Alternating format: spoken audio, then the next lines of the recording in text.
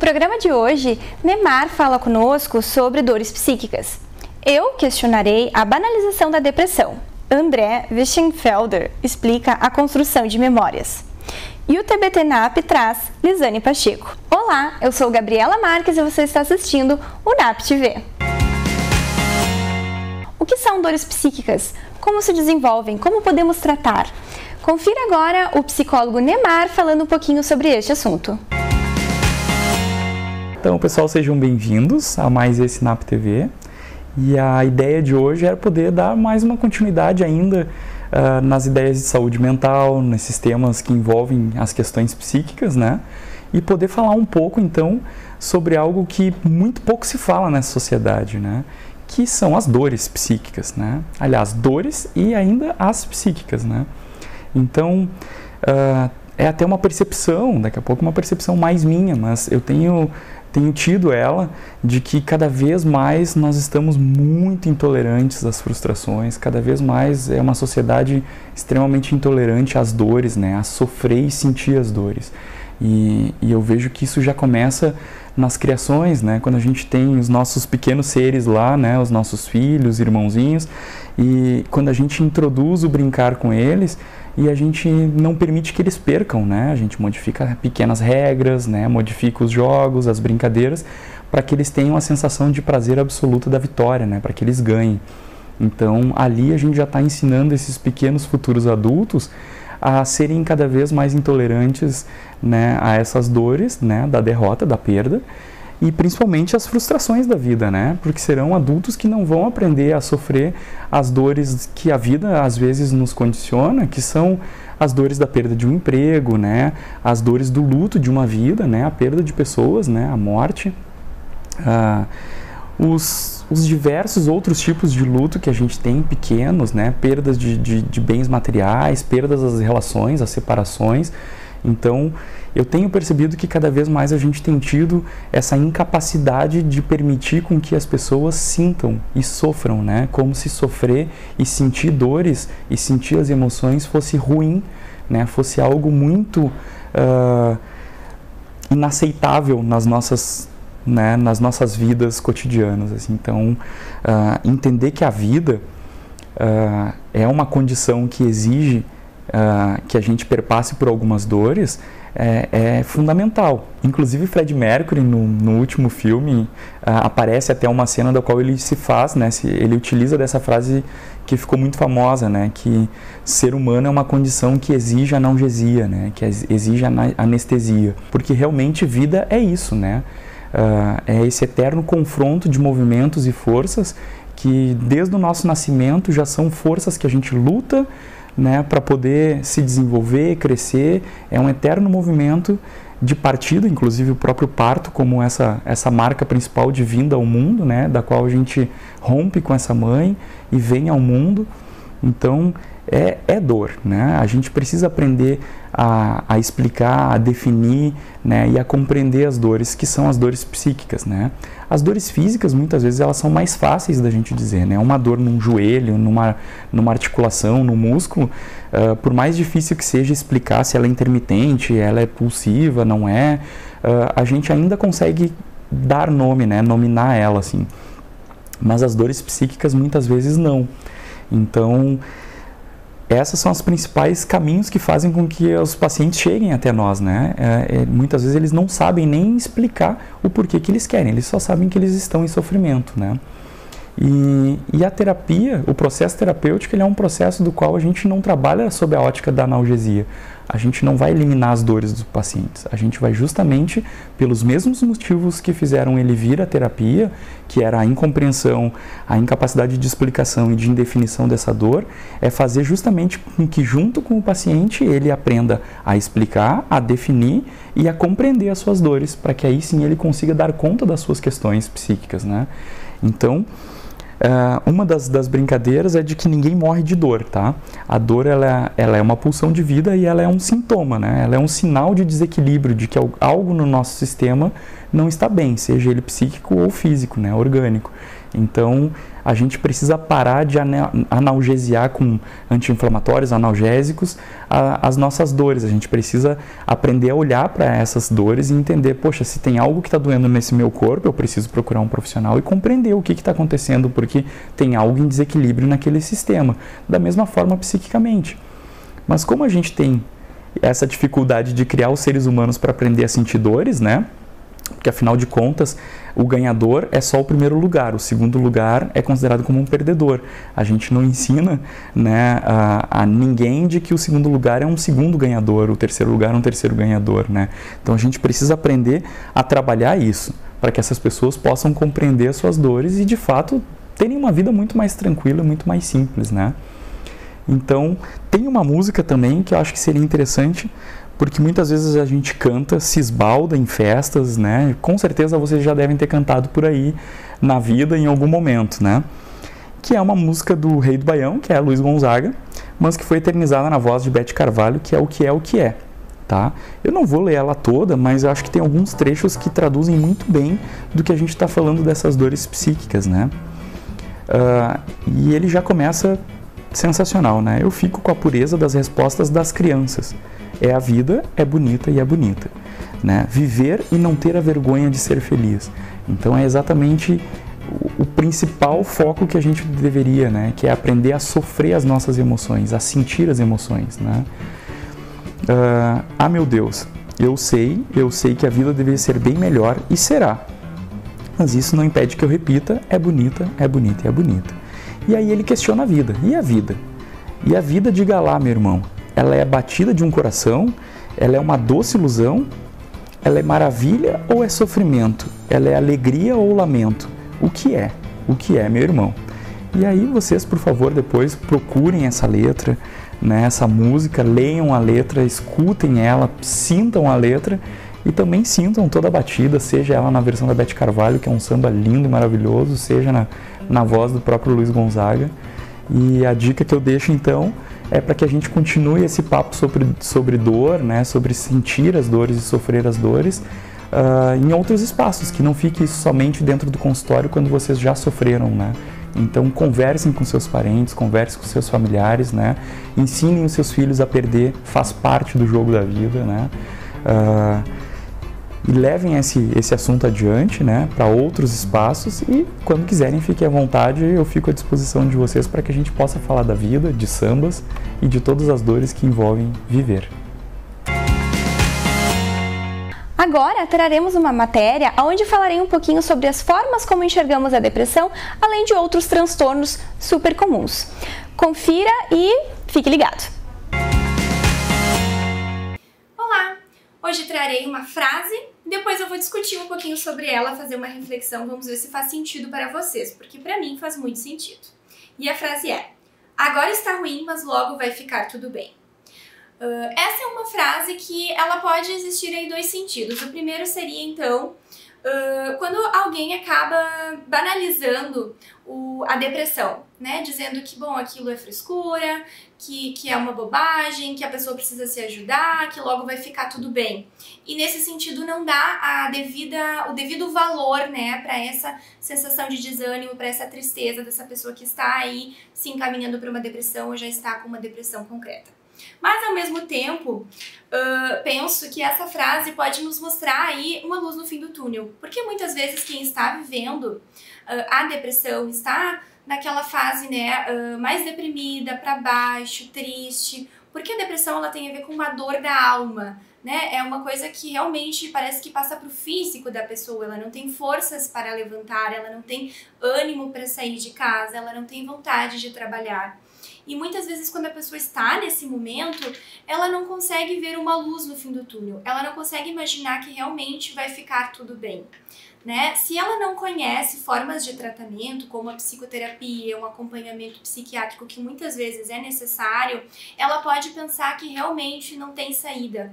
E aí vem, então, as intenções de suicídio, pensamentos de morte. E por isso é importante a gente falar sobre isso, para mostrar para essas pessoas que existe sim outras saídas e que existe sim uma forma de ficar tudo bem, né? Por isso a importância de buscar um acompanhamento com um profissional qualificado aí para fazer essa escuta, né, para alguém que está aí com depressão, que está se sentindo muito deprimido.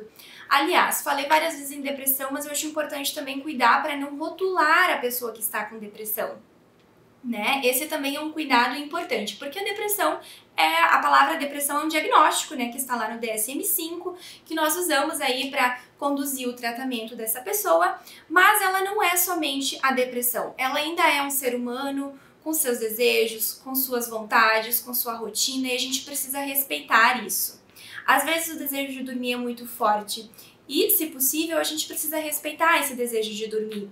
Mas a gente também precisa tentar ajudar essa pessoa a ver motivos para ela levantar, além de ficar só dormindo, né?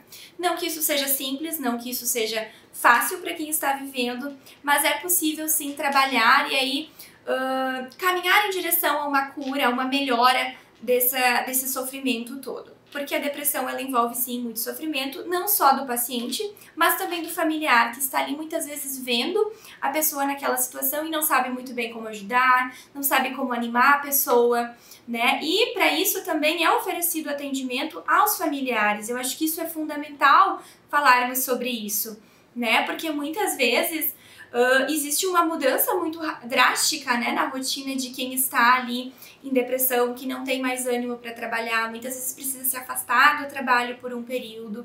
E aí uma mãe que vê um filho dessa forma, né, uma amiga que vê a outra amiga, né, assim tão para baixo, não sabe muito bem o que fazer, acaba muitas vezes forçando sem querer, né, a pessoa que está ali se sentindo triste, desanimada, forçando ela a fazer coisas que ela não quer, sem entender, ou então até julgando, né, porque infelizmente isso ainda é muito comum, o julgamento, né, da pessoa que está se sentindo triste, que não está animada, que tem tudo na vida e mesmo assim não se sente bem.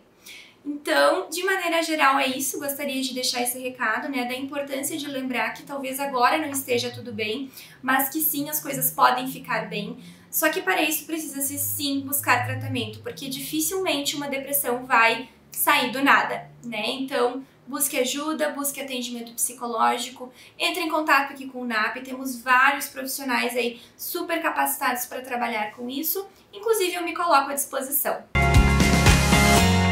Antes de irmos para o nosso intervalo, você fica com mais uma psicodica criada e desenvolvida por um ótimo profissional nosso. Confira!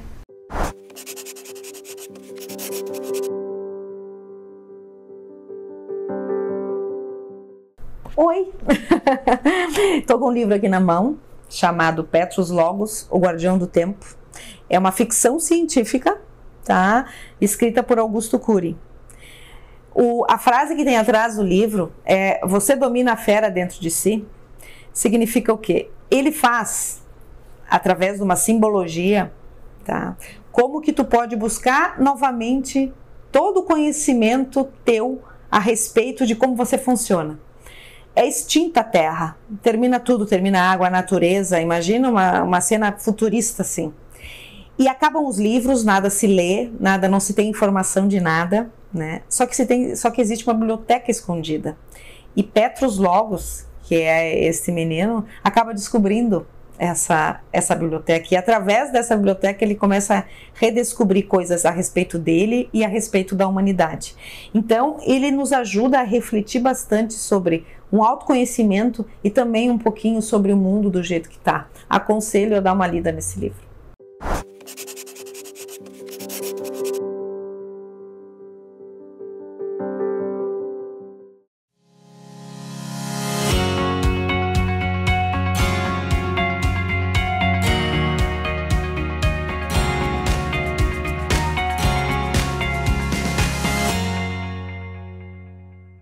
A Exatos começou de um sonho de poder ser um diferencial por onde eu passava. E foi assim que ela surgiu, trabalhando na Prefeitura de Estância Velha, onde o senhor Ivo Jacinto Baumgratz me convidou para fazer a contabilidade dele. E hoje, 30 anos depois, temos nossa nova sede em Estância Velha, com 1.800 metros quadrados, para atender nossos 600 clientes em toda a região. Convido você a conhecer a Exatos. 30 anos apoiando o empresário da região. Cursão do Fabão desde 1993, formando alunos e preparando pessoas para o mercado de trabalho.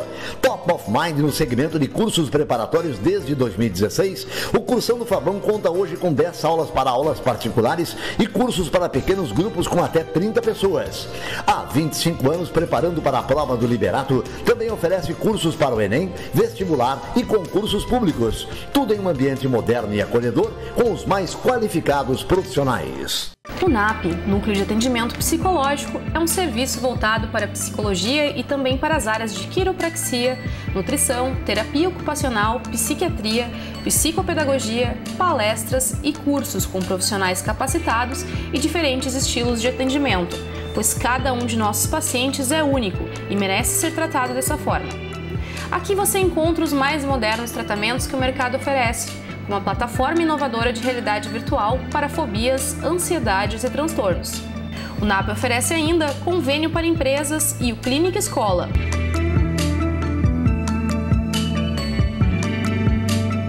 Agende uma visita, conheça os nossos serviços e encontre o apoio que você precisa.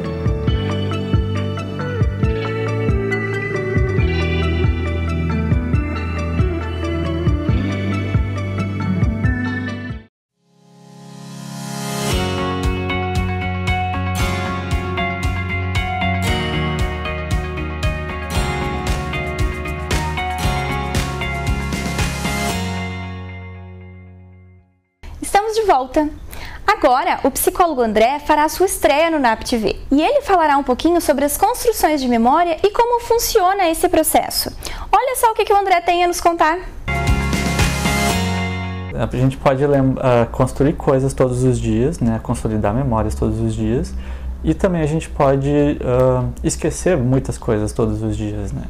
Mas o que faz com que algumas memórias específicas sejam consolidadas por anos, né? Alguns temas, algumas cenas, porque isso fica gravado na nossa memória por tanto tempo, né? Basicamente, a gente tem alguns pontos que devem ser postos à mesa, por assim dizer, que faz com que a gente consolide essas memórias, né? Um dos primeiros pontos é justamente as nossas percepções. A gente grava as nossas memórias a partir do que a gente experiencia, seja a visão, seja o tato, seja o olfato, né? Por exemplo, quando a gente sente um cheiro de uma comida gostosa, quando a gente ouve uma música e fica com Raça Negra o resto da vida tocando. Então, as nossas memórias, elas são a partir das nossas sensações, né? Nossas percepções. Mas não só isso, né? Tem a questão emocional vinculada a isso. Por exemplo, a gente lembra daquele cheiro de comida gostosa porque alguém que foi especial pra gente fez aquela comida gostosa. Ou foi um momento muito alegre da nossa vida, né? Uma festa de aniversário, por exemplo, tem um estímulo visual, a festa em si, né? Mas também não é somente as percepções e a emoção vinculada a essa memória que faz ela durar por tanto tempo. Daí a gente chega no terceiro ponto, que é o mais interessante, que é justamente a história que a gente conta para essa memória, né? Que é justamente a gente criar uma narrativa daquilo que aconteceu com a gente. Todo dia que a gente, enfim, tá andando na rua, tá vendo alguma coisa nova, tá vendo alguém que a gente gosta, a gente cria uma narrativa de como aquilo aconteceu, de como aquilo se iniciou, foi o meio, teve um fim, enfim. Então a gente consegue construir uma narrativa sobre aquilo que está acontecendo com a gente todos os dias, né? E quando a gente acessa essa narrativa, fica muito mais fácil lembrar dessa memória, né? Um exemplo que eu posso dar é quando nasce alguma pessoa nova na família, sabe? A gente tem toda essa construção, toda essa história, assim, daqueles 9 meses que se passaram, daquela emoção, aquela expectativa. São várias emoções vinculadas àquele fato, mas também tem um cunho de uma narrativa, assim. A gente monta uma história, a gente cria uma história.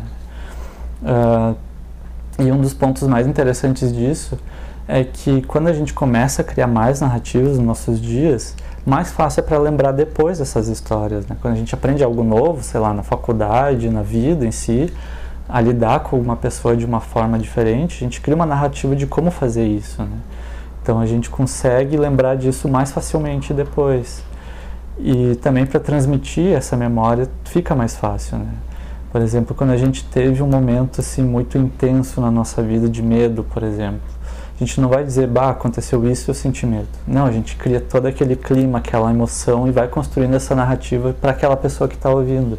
Para então ela também ter essa empatia, né? Ter essa emoção vinculada, conseguir vivenciar de certa forma aquela memória que a gente teve, né? E basicamente é isso, a gente tem essas memórias, a gente cria essas narrativas todos os dias. E daí fica essa questão, né? Qual é a história que a gente está contando hoje?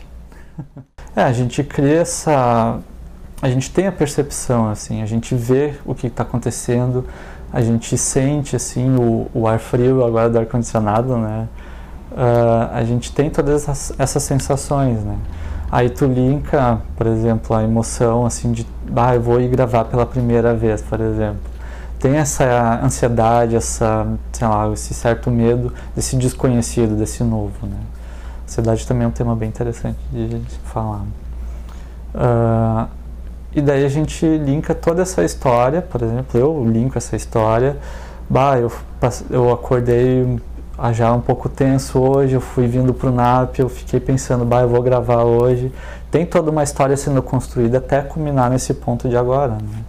Então, isso faz com que eu lembre de como foi esse primeiro momento, né? Por isso que as coisas que são novas pra gente, a gente consegue gravar melhor, porque a gente consegue construir essa narrativa do que aconteceu e as emoções que estavam atreladas a isso. Quando a gente faz muitas vezes a mesma coisa, ou uma mesma coisa, a gente meio que automatiza, então essa narrativa vai se perdendo. E a gente acaba, que nem eu falei, a gente vai perdendo essa narrativa e vai esquecendo esse dia a dia, essa rotina mais facilmente do que quando a gente faz algo novo, né? Faz algo pela primeira vez, assim. O TBT-NAP trará a Lisane Pacheco, nossa psicóloga, onde ela aborda um pouquinho sobre o quanto os games e jogos acabam influenciando aí na cabecinha dos nossos adolescentes e das nossas crianças. Vamos descobrir como isso afeta os nossos jovens? Esse gancho, né, que tu traz, assim, o que eles buscam, o que eles querem no game. Na verdade, ele é um desafio, mas que eu preciso passar por esse desafio, eu preciso buscar isso. E eles vão em busca pelo caminho mais prático, mais rápido, em função até de que essa geração agora ela é muito mais imediatista do que gerações anteriores, né? Que podiam esperar. Hoje eles vão olhar assim, mandei um WhatsApp pro meu amigo, ele já visualizou e ainda não me respondeu. Mas eles não conseguem parar para pensar que talvez esse amigo realmente visualizou, mas ele precisou atender a campainha, ele precisou fazer um tema, foi lá tomar um copo de água e depois ele vai retornar. Então é uma geração muito imediatista que quer as coisas para ontem, não para hoje. Então por isso que eles vão buscando tutorial de qualquer coisa. Eles buscam muito isso para poder ser mais rápidos. Eu preciso passar tantas fases e eles competem não só entre o jogo, mas quantas fases eu passei e quantas fases tu ainda tem para passar. Quem é que passou mais? Quem é que já virou o jogo?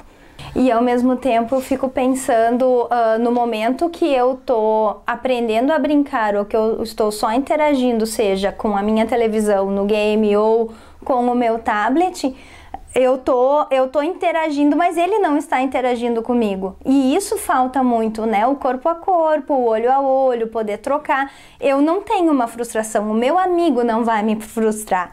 Eu tô com a máquina.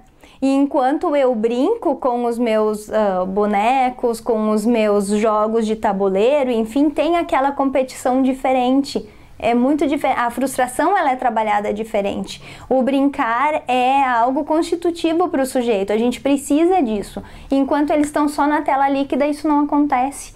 Infelizmente, as crianças estão ganhando e estão acessando cada vez mais cedo. Tanto os games quanto qualquer vídeo, seja de galinha pintadinha ou seja de um jogo ou de um tutorial. Eles nascem realmente sabendo, eles são e estão na era digital. Cada família, cada um precisa se organizar de forma que vai ser bom a partir de agora e por que é que eu estou dando esse aparelho, seja um iPad ou seja um um telefone em si. É poder pensar nessa função. Eu estou dando o telefone para o meu filho para ele usar como um meio de comunicação, sim, como um telefone mesmo, ou eu estou dando para ele ter ali um depósito de jogos, vários jogos. O que é que eu estou querendo e o que eu estou esperando disso? É a primeira coisa que a gente precisa pensar. Realmente, uma criança de 10 anos, ela vai ter para jogos, porque normalmente os pais vão monitorar daquela forma assim, bom, deixei na escola, deixei na casa da avó, deixei em algum lugar e eles, os adultos, vão entrar em contato comigo. A autonomia deles, ela nesse sentido, ela é muito mais restrita, precisa de um responsável, precisa de um adulto. Então, o que eu sempre oriento quando me buscam? Bom, o tempo de jogos. Em cada casa, cada família vai se estruturar de uma forma. Cada um busca uma restrição. A gente precisa encontrar uma forma de combinar com a família o que fica bom para cada um. Todo o excesso, ele já diz, né? Ele é um excesso. Então, o que eu preciso? Bom, eu prefiro combinar com os meus filhos 1 hora por dia. Então, é 1 hora por dia que eles vão usar. Outros pais vão combinar 2 horas por dia. E assim por diante. Os jogos, ou filmes, ou desenhos agressivos, eles influenciam sim no comportamento das crianças e adolescentes. Porque é de forma inconsciente, de tanto eles verem aquilo ali de uma forma naturalizada, eles acabam reproduzindo esses comportamentos fora da tela, fora da sua sala de jogos ou fora daquele momento. Quando eles nem percebem, eles já estão sim falando palavrão, eles já estão chutando, eles já estão fazendo tudo. E o importante é os pais sempre acompanharem, então, o que as crianças estão tanto assistindo na internet quanto jogando, para poderem saber exatamente o que é, para conversar com seus filhos, para poder explicar que isso é na tela, que essa violência tu pode fazer dentro deste jogo, tu pode praticar dentro do jogo, mas tu não pode praticar lá na rua.